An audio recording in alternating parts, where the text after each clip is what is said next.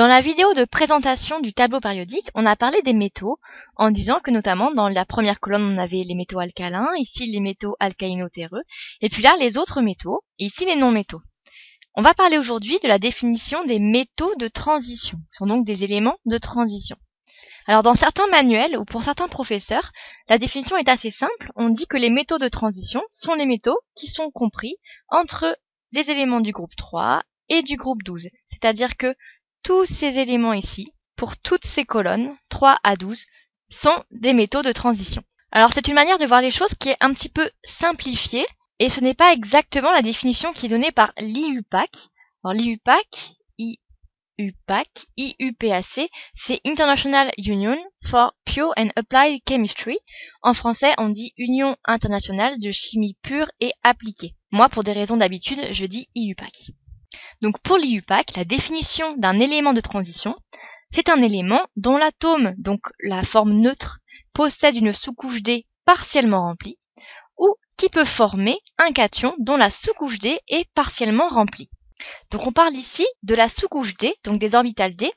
On sait que les orbitales D, il en existe 5 types d'orbitales D, qui peuvent chacune accueillir 2 électrons, donc on a au maximum 10 électrons dans les orbitales D. Donc dire que la sous-couche D est partiellement remplie, c'est dire qu'on a moins de 10 électrons dans les orbitales D. Et si on regarde ce bloc D ici, donc qui correspond aux colonnes 3 à 12, on a 1, 2, 3, 4, 5, 6, 7, 8, 9, 10 colonnes, qui correspondent donc aux 10 électrons qu'on peut placer dans ces orbitales D.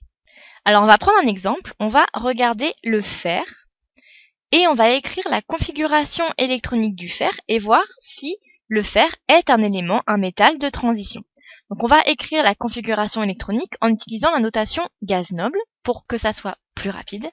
Donc le gaz noble qui précède le fer dans le tableau périodique, c'est l'argon. Donc on commence par écrire argon entre crochets.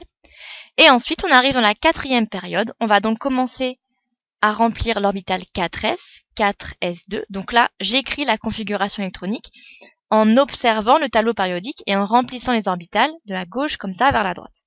On arrive ensuite au bloc D, donc il s'agit des orbitales 3D, et on a 1, 2, 3, 4, 5, 6 électrons dans ces orbitales 3D. Donc on écrit 3D6. Alors on peut aussi trouver argon 3D6, 4S2. C'est tout à fait juste également, c'est une autre façon de l'écrire. On ne va pas rentrer dans cette vidéo dans les détails de l'ordre de remplissage de ces orbitales. On verra ça dans une autre vidéo plus spécifiquement. En tout cas, les deux notations sont tout à fait possibles. Ici, si je regarde du coup la définition, si ça correspond à celle de l'IUPAC, si le fer est bien un élément de transition, je regarde les électrons dans les orbitales D. Dans les orbitales 3D, on a 6 électrons. 6, c'est bien inférieur à 10. On a donc une sous-couche D partiellement remplie, donc le fer est bien un métal de transition, d'après la définition de l'IUPAC. Si maintenant on s'intéresse à un élément de la 10e colonne de ce bloc D, par exemple le zinc, et qu'on écrit la configuration électronique du zinc avec la notation gaz noble, de la même manière que pour le fer, le gaz noble qui précède, c'est l'argon, donc on commence par écrire argon entre crochets. Ensuite on a l'orbital 4s, 4s1, 4s2, 4s2, et ensuite les orbitales 3D, et on est ici dans la 10e colonne du bloc D, 1, 2, 3, 4, 5, 6, 7, 8, 9, 10. On a donc la sous-couche D qui est complètement remplie avec 10 électrons. Donc déjà, le zinc ne remplit pas la première condition ici. On sait que le zinc peut former le cation Zn2+. Zn2+. Donc quelle est la configuration électronique de ce cation Zn2+? La question est donc de savoir quels sont les 2 électrons qui ont été perdus pour passer du zinc au cation Zn2+.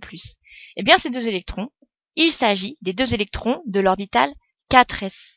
Donc la configuration électronique de ce cation, c'est argon 3D10. Donc pour ce cation Zn2+, eh bien on a la sous-couche D qui est également complètement remplie. Donc le zinc, d'après la définition de l'IUPAC, n'est pas un métal de transition, puisqu'il ne répond à aucune de ces 2 conditions ici. Donc il faut bien retenir qu'il y a 2 manières au moins de définir les métaux de transition. Soit on considère que tous les éléments du bloc D sont des métaux de transition. Dans ce cas-là, on inclut tous les éléments de la colonne 3 à la colonne 12. Soit, si on prend la définition de l'IUPAC, eh bien, on a seulement les éléments dont l'atome possède une sous-couche D partiellement remplie, ou qui peuvent conduire à un cation dont cette sous-couche D est partiellement remplie, et on exclut à ce moment-là, par exemple, les éléments comme le zinc. Il faut bien être conscient de ces deux définitions pour bien savoir de quoi on parle et pouvoir s'adapter en fonction du manuel, en fonction du professeur, à la bonne définition.